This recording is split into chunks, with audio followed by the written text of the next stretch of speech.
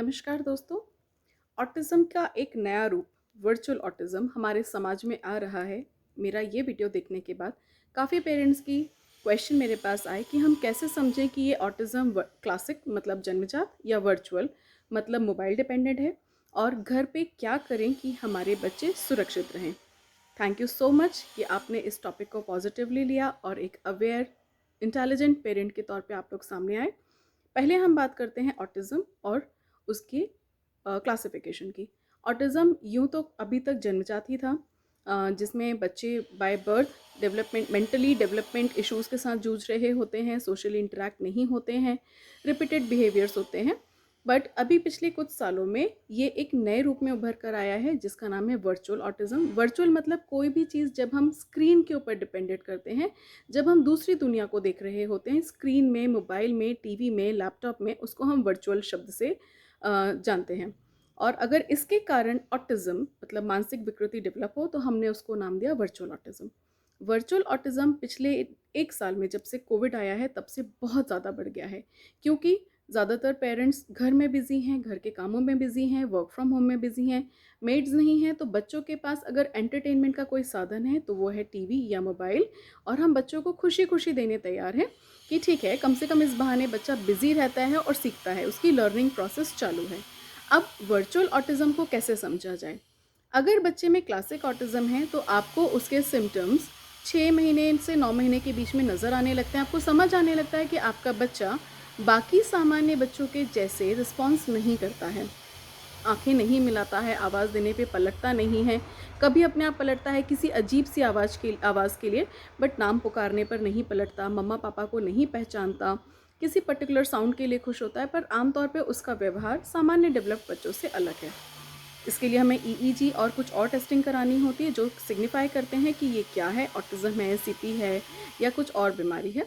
Virtual autism के case में normally बच्चों का डेवलपमेंट जैसे गर्दन संभालना, बैठना, खड़ा होना सामान्य बच्चों के लेवल पर होता है। एक लेवल तक हो सकता है बच्चे ने 1 साल या 1.5 साल की उम्र तक जब तक सब कुछ ठीक रहा होगा, मम्मा, पापा, दादा-दादी कहा होगा, खाना-पीना बोला होगा, पर कुछ समय से जब से मोबाइल पर डिपेंडेंसी बढ़ी है उसके व्यवहार में परिवर्तन नोटिस किया जाएगा।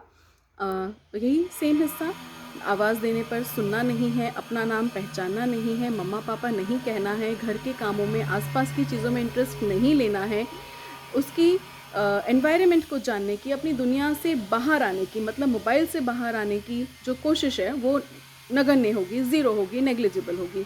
उसको आसपास की चीज़ों में कोई इंटरेस्ट नहीं है। आपने घर में आइसक्रीम बनाया है, केक बनाया है, म्यूज़िक चालू है, आप खेल रहे हैं, बातें कर रहे हैं, टॉयज़ हैं, उसे कोई मतलब नहीं।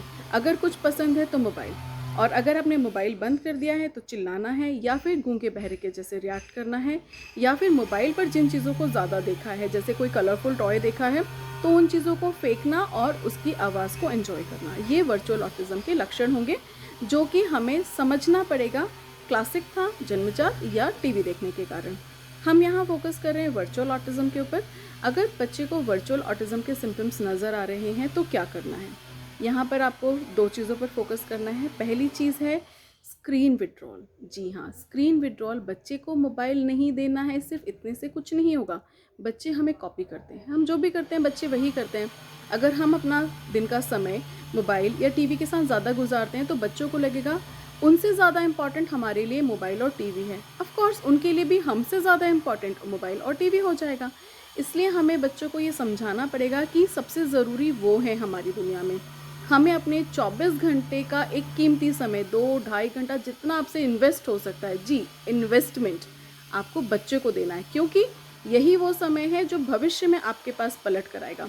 ये ना सोचे कि क्या मुझे बच्चे के साथ बैठकर एबीसीडी खेलना पड़ेगा, ब्लॉक्स खेलना पड़ेगा, उसे कलर समझाना पड़ेगा। ये सब तो गूगल पे हो जाता है, यूट्यूब पर हो जाता है। तो ठीक है, यूट्यूब और गूगल पे सीखने दीजिए। बच्चा उसी दुनिया को अपनी मानेगा और जब आपको ज़रूरत होगी आपको भी यूट्यूब और गूगल के भरोसे छोड़ सकता है, राइट? आज इन्वेस्ट करेंगे अपने बच्चे के साथ क्वालिटी टाइम, आपके बच्चा आपको कुछ ऐसा करके दिखाएगा कि you will feel proud in that, and definitely आपके बच्चे के साथ आपको सुरक्षित महसूस होगा और वो डेवलप करेगा।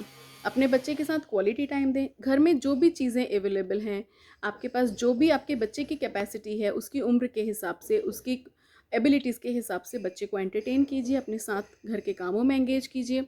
अपने ऑफिस आवर्स के अलावा आपके पास जो भी समय है, बच्चे के साथ स्पेंड कीजिए लर्निंग प्रोसेस में, सीखने में। जैसे चादर की घड़ी करवाना है तो एक तरफ से पकड़वाइए, वो पकड़ेगा, छोड़ेगा।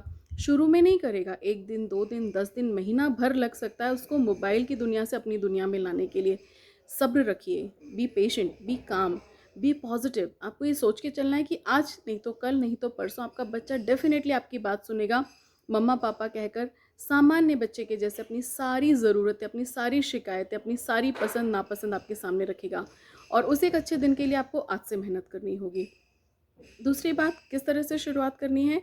न्यूज़पेपर आप पढ़ रहे हैं, उसको पढ़ने को दीजिए। ओल्ड न्यूज़पेपर दीजिए, फाड़ कर फेंकेगा ना, रद्दी में बेचकर कितना पैसा आएगा जनाब? फाड़ने दीजिए। न्यूज़पेपर फाड़े तो फाड़ फाड़ के उसको बोलो भाई इस बाल्टी में रखते जाओ, अपन कचरा नहीं करेंगे।